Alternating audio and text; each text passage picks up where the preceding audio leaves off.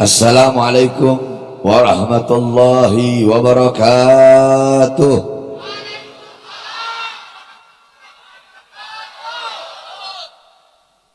Alhamdulillah wassalatu wassalam ala Rasulillah Muhammad ibn Abdullah wa ala alihi wa sahbihi wa man walah.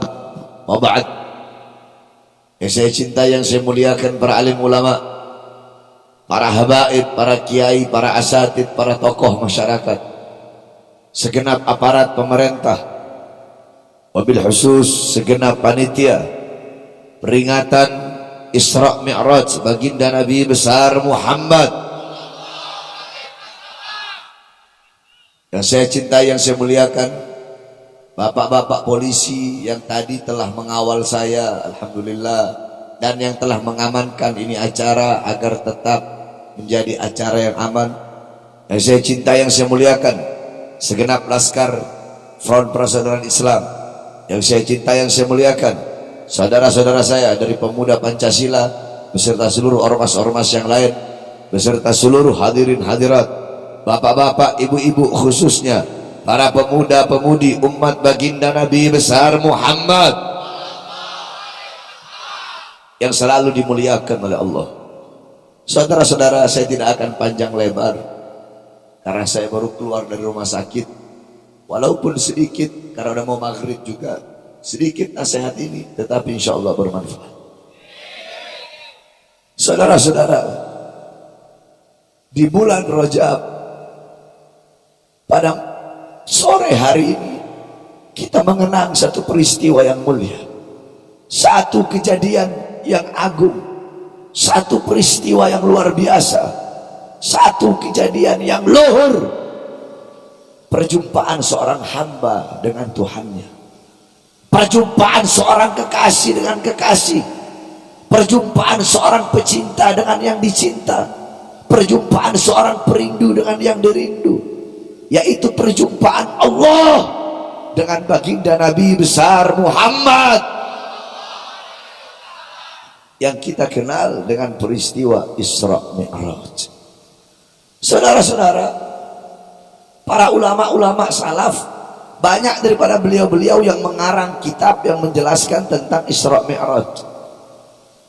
Ada kitab As-Siraj Al-Wahaj fi Haqaiqil Mi'raj karangan Al-Imam Abul Ishaq Muhammad ibn Ibrahim An-Nu'mani Asy-Syafi'i.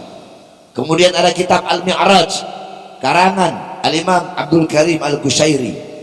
Kemudian ada kitab Ar-Risalah fil Mi'raj karangan Al-Imam Abul Hasan Ali bin Muhammad Al-Lakhmi.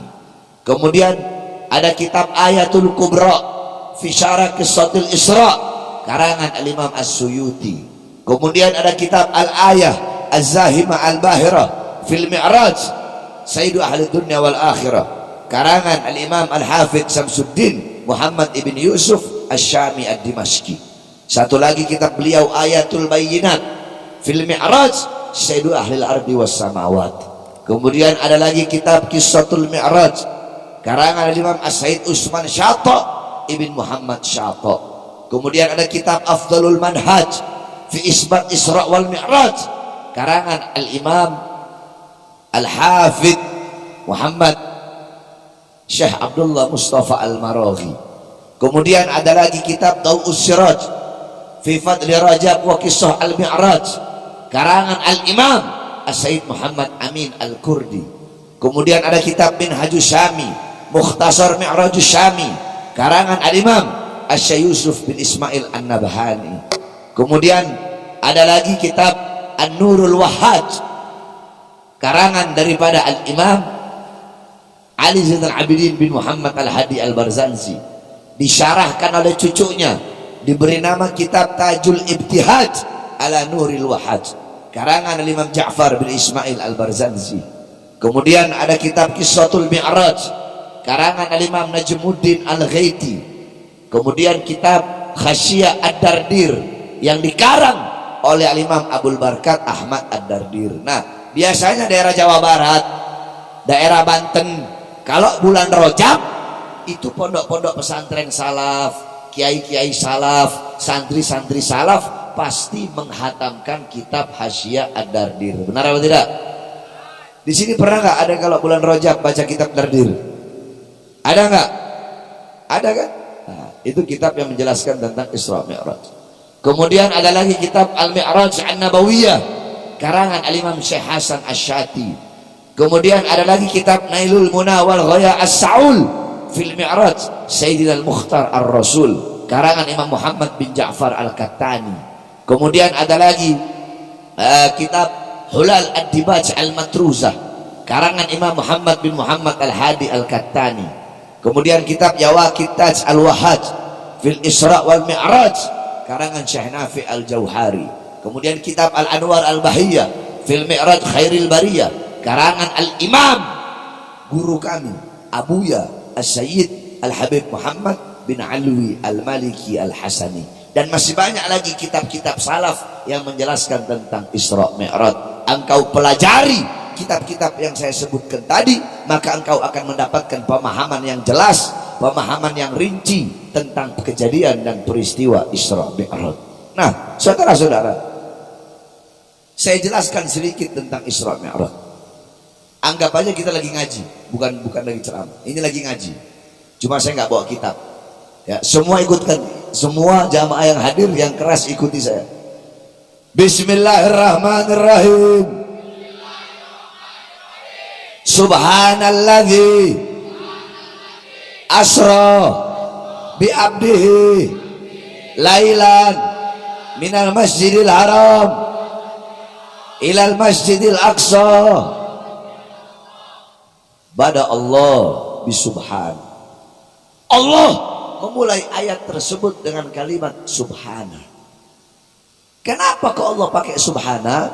Menurut Imam Baghawi, Al-Imam Ibnu Jarir At-Tabari, Al-Imam As-Suyuti, Al-Imam Fakhruddin Ar-Razi, Al-Imam Jalaluddin Al-Mahalli, beliau-beliau mengatakan setiap ayat Quran kalau ada kata kalimat subhana berarti itu menunjukkan sesuatu peristiwa, kejadian, perintah, hal, perkara yang luar biasa, yang penting, yang mulia, yang agung. Nah, ini ayat tentang Isra Mi'raj. Allah mulai dengan subhana, berarti Isra Mi'raj bukan kejadian biasa. Kenapa? Karena Allah awali dengan kalimat subhana. Saudara-saudara, apa pengertian subhana? Apa maknanya subhana? Semua ikuti saya. Bismillahirrahmanirrahim. Subhana bimakna tanzih, ay al-murad tanzihullah min kulli su. Subhana bimakna baro'ah, ay al-murad baro'ah lillah min kulli naqsin.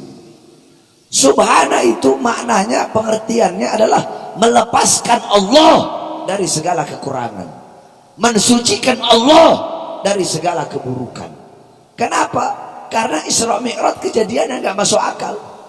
Bagaimana mungkin perjalanan yang harusnya dilalui selama berbulan-bulan, perjalanan itu dilalui hanya sebagian daripada waktu malam? Masuk akal tidak? Masuk akal tidak? Nah, karena kejadian ini tidak masuk akal, makanya Allah mulai dengan subhana untuk menanamkan dalam hati kalian keyakinan, keimanan, kepercayaan bahwasanya tidak ada yang mustahil bagi Allah. Kalau Allah nggak sanggup, kalau Allah nggak mampu memperjalankan Nabi Muhammad, maka berarti Allah punya kekurangan. Sedangkan maha suci Allah dari segala kekurangan. Faham? Subhana, faham? Terus lanjut. Subhanalladzi asra, maha suci zat yang memperjalankan. Kalau ada yang mempermainkan, berarti ada yang dipermain. Kalau ada yang memakan, berarti ada yang Jadi kalau ada fa'il, ada maf'ul bih, kan begitu. Nah, di sini asra, memperjalankan. Jawab yang keras. Yang memperjalankan siapa? Siapa? Terus yang diperjalankan siapa? Siapa? Berarti maknanya apa? Maknanya Isra Mi'raj bukan kemauan Nabi Muhammad, bukan keinginan Nabi Muhammad, karena Allah yang memperjalankan, bukan Nabi Muhammad yang jalan sendiri. Paham? Terus kenapa kok Allah memperjalankan Nabi Muhammad? Kenapa Allah ingin berjumpa dengan Nabi Muhammad? Dua alasan. Pertama, Allah rindu ingin berjumpa dan bertemu dengan baginda Nabi besar Muhammad. Yang kedua, pada tahun tersebut adalah Amul Hazn, tahun kesedihan bagi Nabi. Kenapa? Paman yang beliau cintai, Abu Thalib, paman yang mengurus beliau, kafiluhu, yang mencintai beliau, yang menjaga beliau, yang mencintai beliau melebihi kecintaan kepada anak-anaknya, Abu Thalib wafat di tahun tersebut. Sayyidatuna Khadijah, istri yang beliau cintai, istri yang setia, istri yang mengorbankan nyawa, jiwa, harta, semua hartanya habis untuk perjuangan Islam. Seorang istri yang sampai-sampai berkata sebelum wafat, wahai suamiku, kalau nanti aku mati, engkau butuh uang, engkau butuh dana, engkau butuh dinar, butuh dirham untuk perjuangan Islam, sedangkan kau tak punya uang, maka gali kuburku, ambil tulang-tulangku, engkau jual untuk perjuangan Islam. Sayyidatuna Khadijah dan Abu Thalib wafat di tahun yang sama, sehingga tahun itu dinamakan tahun Nah, Allah ingin menghibur Nabi Muhammad SAW, makanya Allah hibur dengan perjalanan Isra wal Mi'raj. Paham?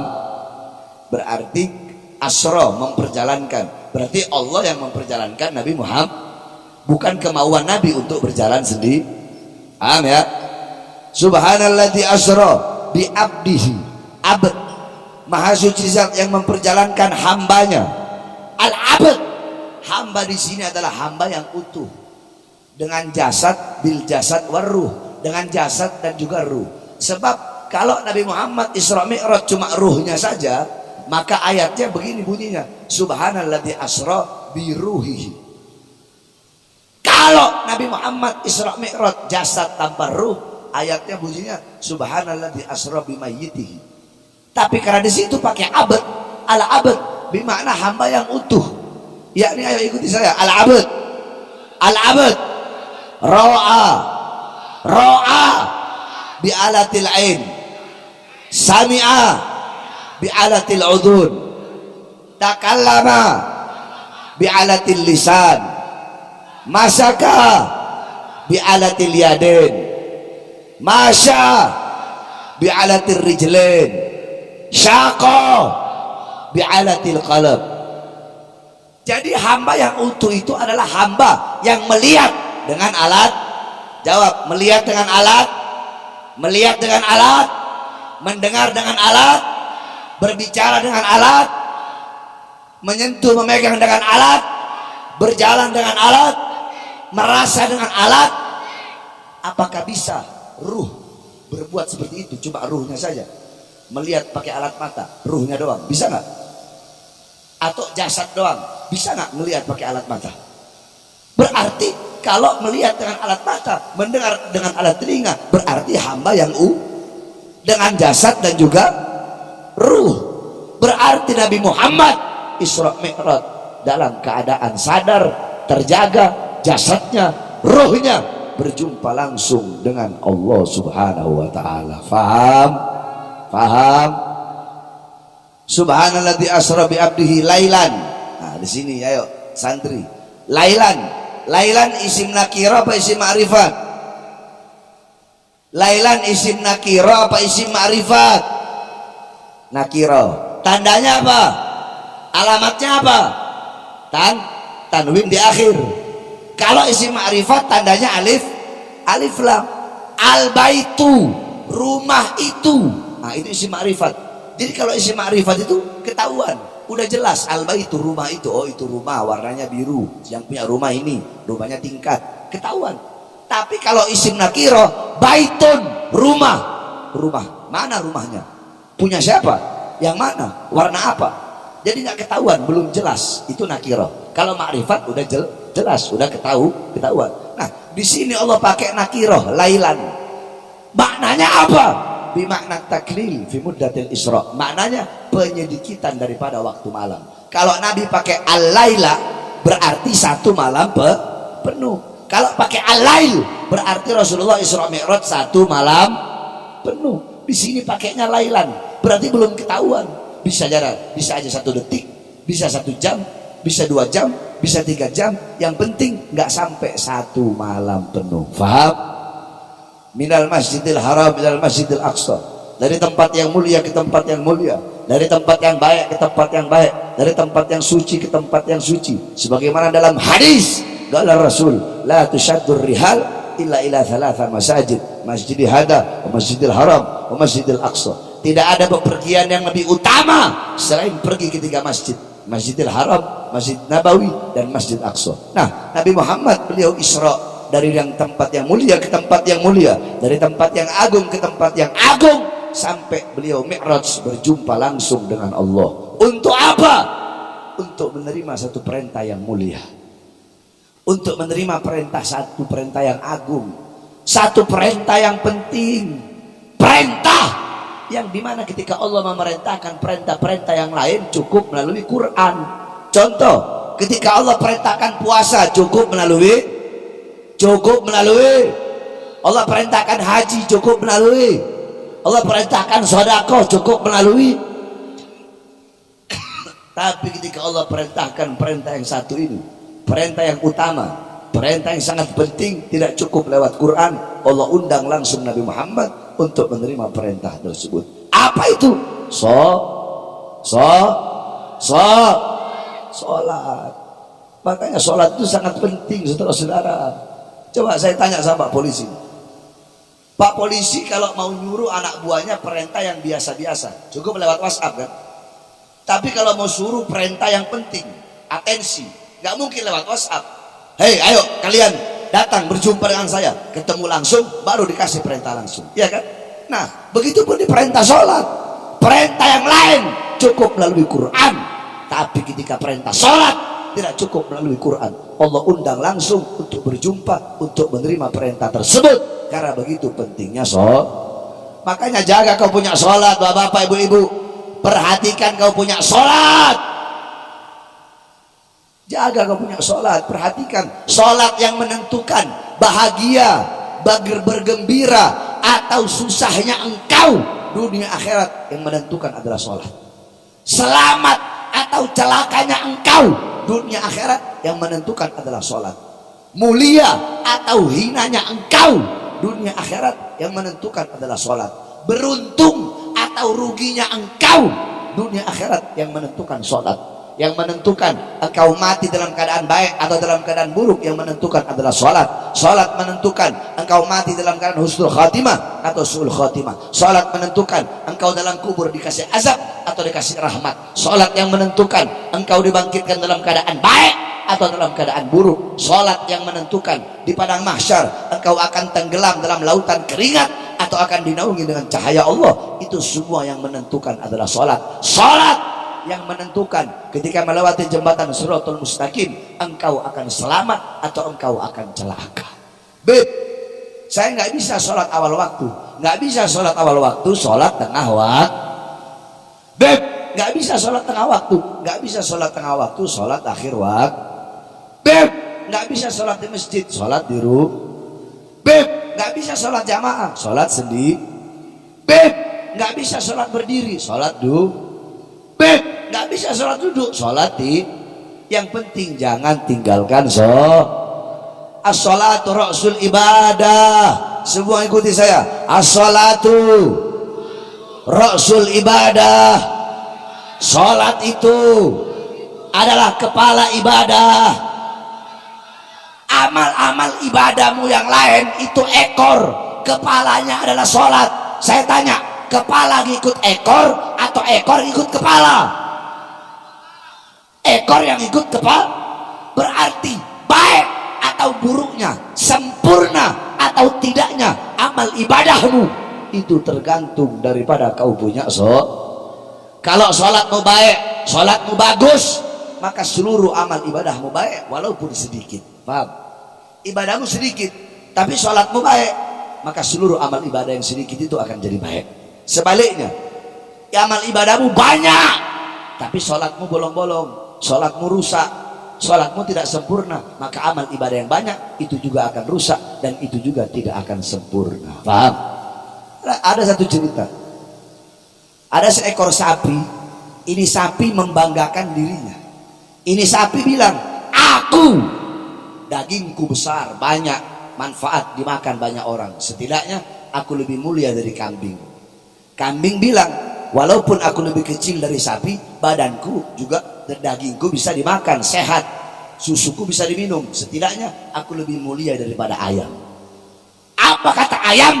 Walaupun kambing lebih besar daripada aku, tapi aku kalau subuh bangunkan orang sholat, dagingku bisa dimakan, kemudian telurku bisa jadi obat, bisa dimakan, setidaknya aku lebih mulia daripada seekor anjing.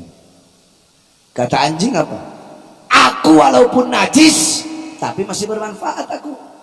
Aku masih bisa jaga rumah orang dari maling, dari pencuri, dari perampok, setidaknya aku lebih mulia daripada babi. Jadi sapi bilang sapi lebih mulia dari kambing. Kambing bilang kambing lebih mulia dari ayam, bilang ayam lebih mulia dari anjing, bilang anjing lebih mulia dari babi. Nah, apa kata babi? Babi bilang, ana syarrud dabbah, aku binatang yang paling buruk, binatang yang paling hina. Akan tetapi seburuk-buruknya aku, sehina-hinanya aku masih punya iman kepada Allah. Seburuk-buruknya aku, setidaknya kata babi, aku masih lebih mulia daripada orang yang meninggalkan sholat 5 waktu dengan sengaja. Jawab semua rame-rame, yang kompak, yang keras. Berarti kalau ada yang meninggalkan sholat 5 waktu dengan sengaja, siapa itu orang? Yang keras siapa? Siapa? Saya tanya, RT nggak sholat, RT apa? RT apa? RW nggak sholat, RW apa? Lurah nggak sholat, lurah apa? Kepala desa nggak sholat, kepala desa apa?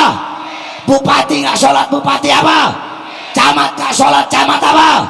Wali kota nggak sholat, wali kota apa? Gubernur nggak sholat, gubernur apa? Menteri nggak sholat, menteri apa? Presiden nggak sholat, presiden apa? Ustadz nggak sholat, ustadz apa? Polisi nggak sholat, polisi apa? Tentara nggak sholat, tentara apa? Kiai nggak sholat, kiai apa? Habib nggak sholat, habib apa? Pak Haji nggak sholat, Pak Haji apa? Santri nggak sholat, santri apa?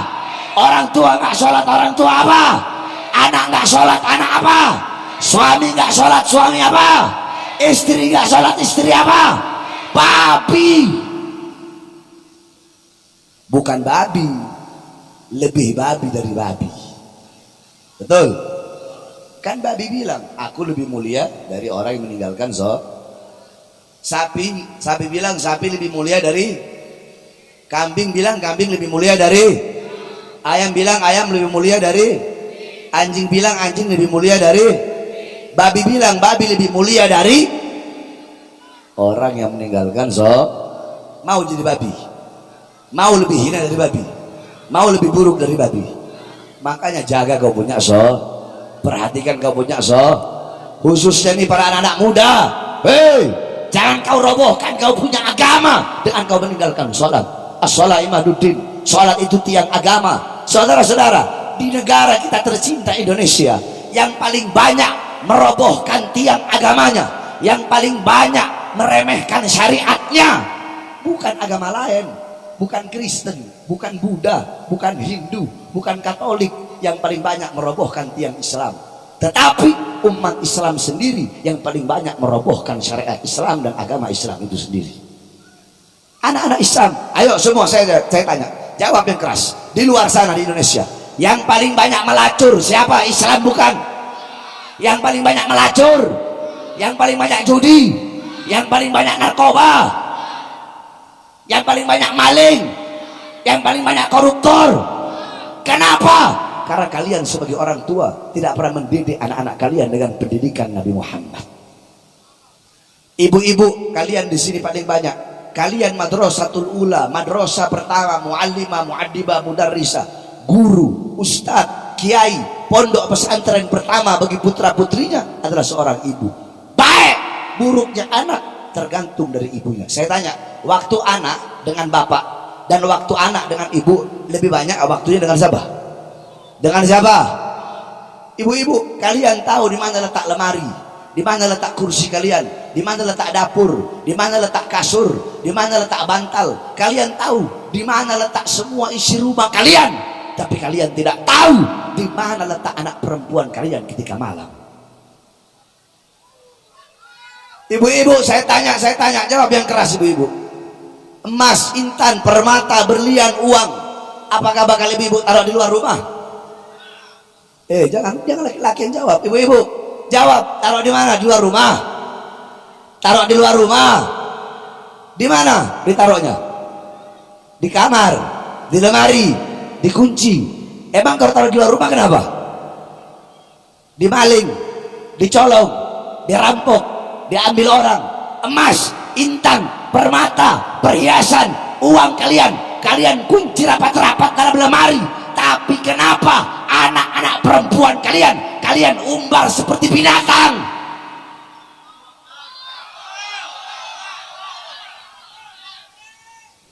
Tenang ibu-ibu, sekarang giliran bapak-bapaknya.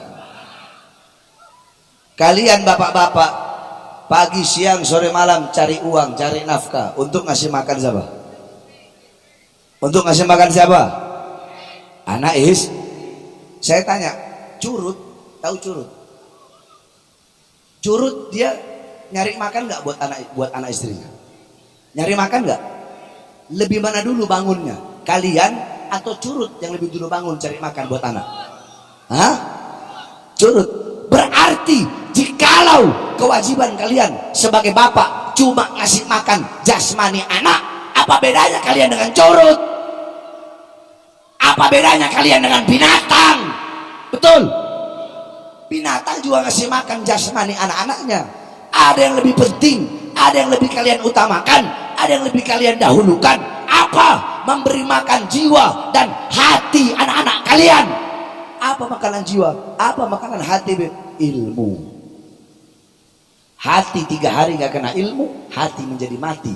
Maka tanyakan kepada diri kalian sebagai orang tua, telah berapa lama kalian menjadi sebab hati anak-anak kalian mati? Oleh karenanya saya wasiat yang terakhir kepada para pemuda-pemudi Islam, jaga kau punya sholat, ramaikan masjid-masjidmu untuk tegaknya tiang Islam, untuk tegaknya pondasi Islam. Wahai para pemuda-pemudi Islam, jadilah pemuda-pemudi Nabi Muhammad. Kalian harus punya mental baja, jangan mentalnya kayak mental kerupuk. Tahu kerupuk? Kena air melempem. Kalian harus jadi anak-anak muda yang menyampaikan kebenaran, menegakkan keadilan, melawan para pengkhianat-pengkhianat bangsa, melawan para pelacur-pelacur berdasi, melawan para pelacur-pelacur agama. Jangan pernah kalian tunduk kepada kezaliman, tunduk kepada ketidakadilan, tunduk kepada kemungkaran. Saudara-saudara, saya tanya kepada kalian, apa yang telah kalian korbankan untuk Islam? Apa yang telah kalian korbankan untuk agama, untuk bangsa, untuk negara? Pernah kalian diborgol tangannya, diborgol perutnya, diborgol kakinya? Pernah kalian percobaan pembunuhan lagi di jalan, di tol, terus tiba-tiba mobil kalian ditembak? Pernah kalian waktu di penjara dicoba untuk diracun? Terus apa yang telah kalian perjuangkan untuk Islam? Apa yang telah kalian perjuangkan untuk agama? Saudara-saudara, coba kalian lihat bagaimana perjuangan kami, perjuangan Habib Rizik, perjuangan para ustadz, para kiai dan para ulama. Habib Rizik, beliau di masa tua organisasinya dibubarkan, 6 laskarnya, 6 muridnya, 6 pengawalnya wafat, saudara-saudara, dibantai, ditembak, dibunuh. Putri-putri beliau pergi hijrah ke Mekah, hijrah asing, terasing dari tanah airnya sendiri. Di masa tua beliau masuk dalam penjara. Saya 9 kali masuk penjara. 2009 saya masuk kasus kota, 2010 saya masuk kasus Mbah Priuk, 2011 saya masuk kasus Ahmadiyah, 2012 saya masuk kasus Gemos, 2018 saya masuk kasus Habib palsu, 2020 saya masuk, baru keluar 2 hari, saudara-saudara, sudah ditangkap lagi, dibawa ke Nusa Kambangan. Baru 2 hari bebas, baru 2 hari. Di Nusa Kambangan diborgol tangan saya, diborgol perut saya, diborgol kaki saya. Dari borgol tangan nyambung ke perut, borgol perut nyambung ke kaki. Cukup sampai di situ? Tidak. 2021 saya bebas. Belum sampai 1 bulan bebas, udah ditahan lagi. Kenapa? Karena ceramah saya yang membela 6 laskar yang wafat. Baru keluar sekitar 5 bulan lalu. Makanya saya tanya, apa yang sudah kalian korbankan untuk agama ini, untuk bangsa, untuk rakyat? Saudara-saudara, kami keluar masuk penjara. Saya tanya, saya, Habib Rizik, Habib Hanif, para ulama-ulama yang di penjara, saya tanya, apakah kami penjahat? Penjahat, penjahat, biadab, bangsat, perampok, bandar narkoba, bandar judi? Apakah kami menjual aset negara, nyolong uang rakyat? Terus kenapa Habib Rizik, kami, saya berkali-kali dicoba untuk dibunuh, saudara-saudara? Berkali-kali percobaan pembunuhan, diracun, di penjara, berkali-kali ingin dibunuh. Kenapa? Karena di dalam tubuh kami mengalir darah Rasulullah, di dalam tubuh kami mengalir darah-darah perjuangan, darah-darah keberanian. Karena kami tidak bisa dibeli oleh siapapun, kami tidak bisa dibeli, kami tidak bisa dibayar, karena kami yang akan berada di barisan paling depan selama tanah Indonesia tidak pernah kosong dari kami, para anak cucu Rasulullah yang berjuang. Maka selama itu kami akan berada di barisan paling depan, rela hancur, rela binasa demi bangsa dan rakyat Indonesia. Saudara-saudara, saya bebas siang, malam saya ceramah, besoknya ditahan. Katanya ceramah saya provokasi, ceramah saya meresahkan. Pertanyaannya, apa isi ceramah saya? Saya kasih tahu kepada kalian, ini masyarakat awam.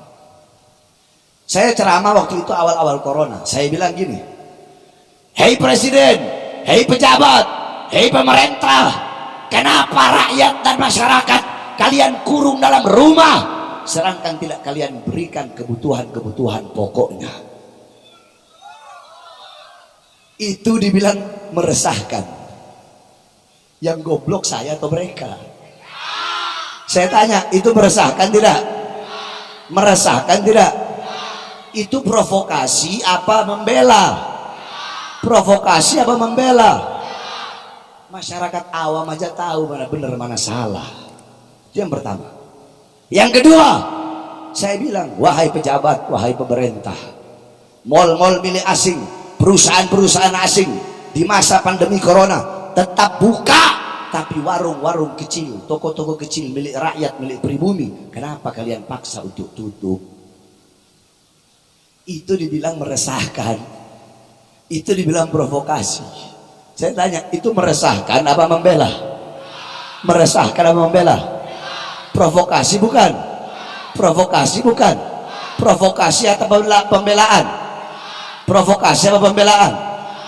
Yang ketiga saya sampaikan, wahai para pejabat, berapa banyak pengangguran di Indonesia, anak-anak muda yang nggak punya kerjaan di masa corona ini, yang miskin tambah miskin, tetapi tenaga kerja terus kalian kirim dari Cina di Morowali, Sulawesi, sedangkan masih banyak pengangguran di Indonesia. Itu provokasi apa pembelaan? Meresahkan itu, meresahkan. Terus yang gila ini saya apa mereka? Gara-gara itu saya ditahan lagi, udah gitu dibawa ke Nusa Kambangan, saudara-saudara. Oleh karena saya sampaikan, saudara-saudara, saya Bahar bin Ali bin Smith, saya tanya, ceramah saya seperti tadi dianggap meresahkan, dianggap provokasi. Apakah saya bela diri saya sendiri, keluarga saya, murid saya, kelompok saya, atau rakyat? Siapa yang saya bela? Siapa yang saya bela? Siapa yang saya bela?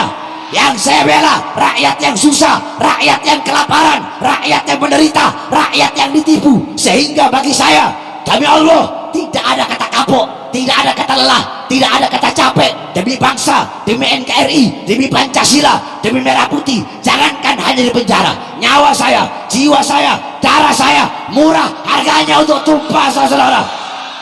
Allahu Akbar, Allahu Akbar. Indonesia merdeka, merdeka. Saya bilang NKRI, jawab harga mati. NKRI, NKRI, NKRI. Oleh karenanya saudara-saudara sekalian yang dimuliakan oleh Allah, khususnya para pemuda-pemudi, jangan pernah tunduk kepada kezaliman. Saya tanya, pernah nggak saya nyuruh hancurkan istana? Pernah nggak?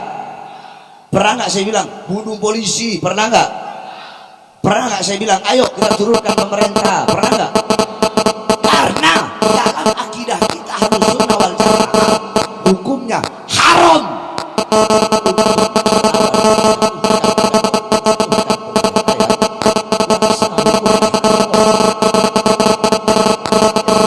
Kezalimannya betul, ketidakadilannya betul, kebijakan-kebijakan yang menyengsarakan rakyat, itu yang kita lawan, itu yang kita perjuangkan, sehingga kita berkali-kali masuk penjara, saudara-saudara.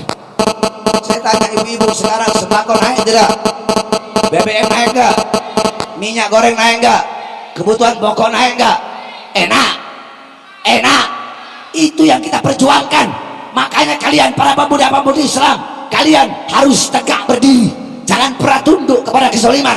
Sampaikan kepada mereka, para pengkhianat-pengkhianat bangsa, sampaikan kepada mereka, para pejabat-pejabat yang mementingkan urusan partai dan politiknya, sehingga membiarkan rakyat kelaparan, susah, menderita. Sampaikan kepada pelacur-pelacur berdasi yang menjual aset-aset negara, mengorbankan bangsa dan rakyat demi kepentingan partai dan politiknya, bahwasanya kami para pemuda-pemudi Islam, kami akan tegak berdiri. Kami bersumpah demi Allah, selama darah kami masih merah, tulang kami masih putih, merah putih, maka selama itu kami akan tegak berdiri, berjuang untuk membela Indonesia. Tidak akan berhenti sampai mati, tidak akan mundur walaupun harus hancur, saudara-saudara. Siap bela Islam, siap hancur demi Indonesia, siap mati demi NKRI, siap binasa demi NKRI. Allahu Akbar, Allahu Akbar, Allahu Akbar. Saudara-saudara, pejabat sekarang butuh sama rakyat kalau ada maunya doang. Betul? Kalau mau pencalonan, saya berjanji memakmurkan rakyat, saya berjanji mensejahterakan rakyat. Tetapi setelah jadi, yang makmur bukan rakyat, betul? Yang sejahtera bukan rakyat, betul? Yang makmur partainya, politiknya, perutnya, kekuasaannya, pangkatnya, dan jabatannya. Kita rakyat Indonesia menjadi budak di negara kita sendiri, saudara-saudara. Tadi saya dari jalan depan dikawal sama bapak polisi. Dari jalan depan sampai ke sini, itu jalan saya lihat lubangnya setengah meter.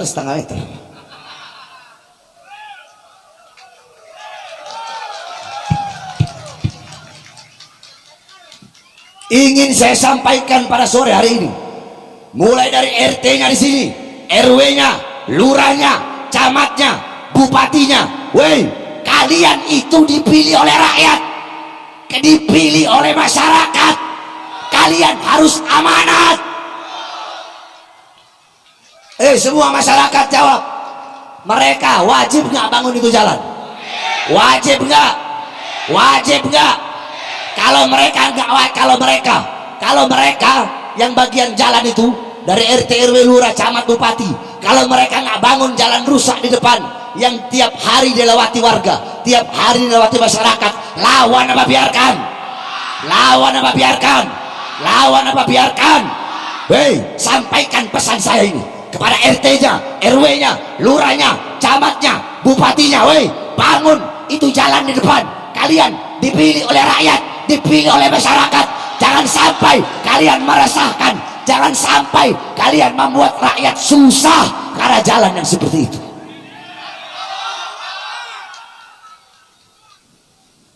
Sebab udah banyak saya ceramah, ada yang lebih parah dari ini, tapi setelah saya sampaikan pesan saya langsung dibangun.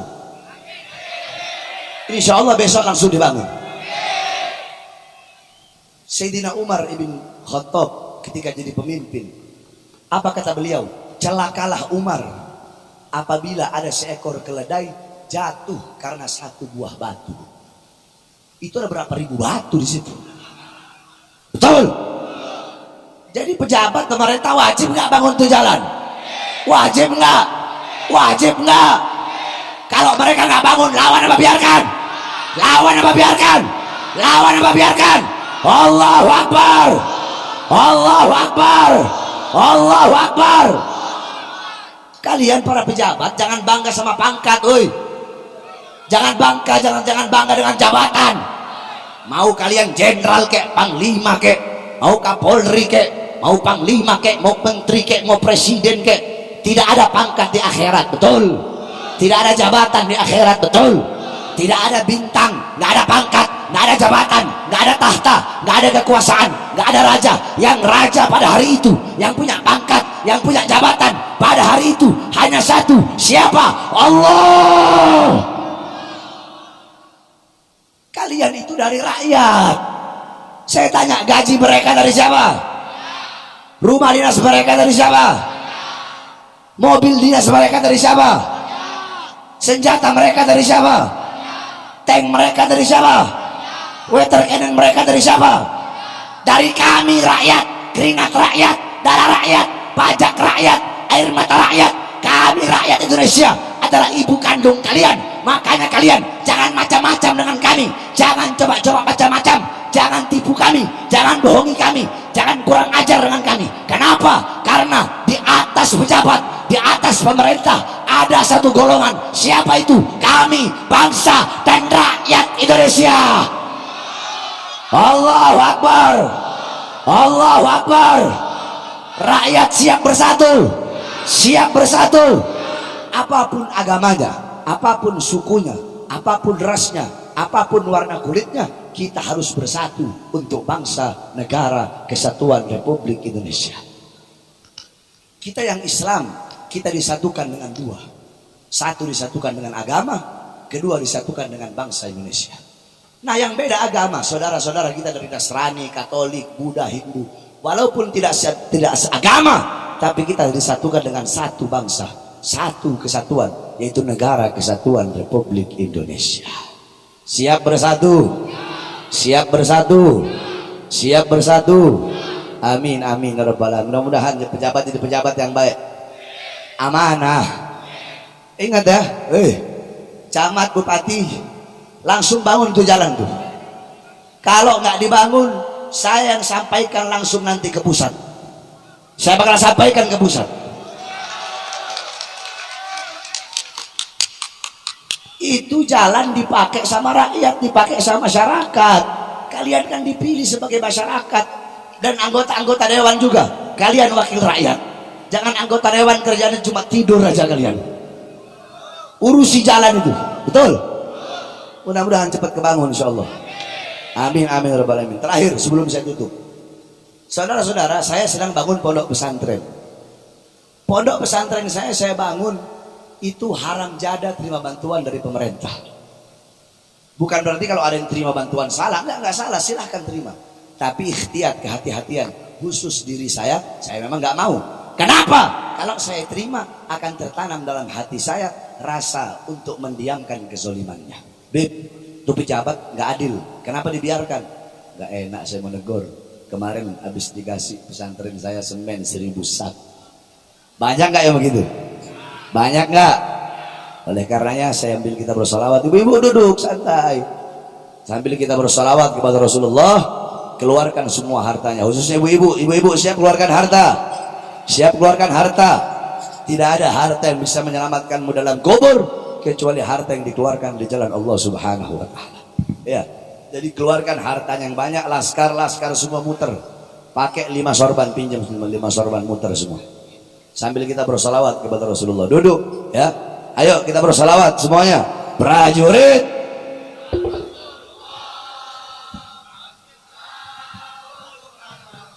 Yang keras.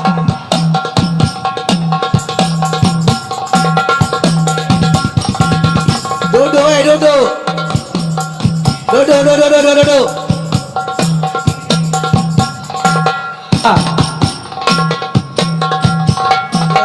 Tercipta kematian, murah harganya. Maju, ayo terus maju. Habisi pengkhianat bangsa. Kami berjanji demi Allah. Rabbi demi untuk agama. Wahai prajurit pembela Rasulullah, berjuanglah tanpa lelah. Walau harus berangkat dengan mata, takkan mundur walau satu langkah. Takkan mundur walau satu langkah. Salatullah, salamullah ala Taha. Salatullah, salamullah ala Yasin Habibillah. Tawasalna bi bismillah wa bil hadi Rasulillah wa kulli mujahidin lillah bi ahlil badri ya Allah. Prajurit pembela Rasulullah, bangkitlah untuk agama, bangkitlah untuk negara. Satukan hati, satukan jiwa. Musuh di depan mata, lawan dia sampai berdarah untuk agama dan negara. Tercinta kematian, mula harganya. Maju ayo terus maju. Habisi pengkhianat bangsa. Kami berjanji demi Allah, bisa demi agama. Wahai prajurit pembela Rasulullah, berjuanglah tanpa lelah. Walau harus berangkat dengan mata, takkan mundur walau satu langkah. Takkan mundur walau satu langkah. Salatullah, salamullah ala Taha Rasulillah. Salatullah, salamullah ala Yasin Habibillah. Salatullah, salamullah ala Taha Rasulillah. Salatullah, salamullah ala Yasin Habibillah. Ilahi salimil ummah min al-afati wa nikmah wa min hammi wa min gumah bi alil badri ya Allah. Maju ayo terus maju. Habisi pengkhianat bangsa. Kami berjanji demi Allah, rela berdasar demi agama. Wahai prajurit pembela Rasulullah, berjuanglah tanpa lelah. Walau harus walau satu langkah, takkan mundur. walau satu langkah. Semuanya siap hancur demi Islam, Siap. siap binasa demi Indonesia. Allahu Akbar. Allahu Akbar. Indonesia merdeka, merdeka, Merdeka. merdeka, Merdeka. NKRI, Harga mati. NKRI. Allahu Akbar.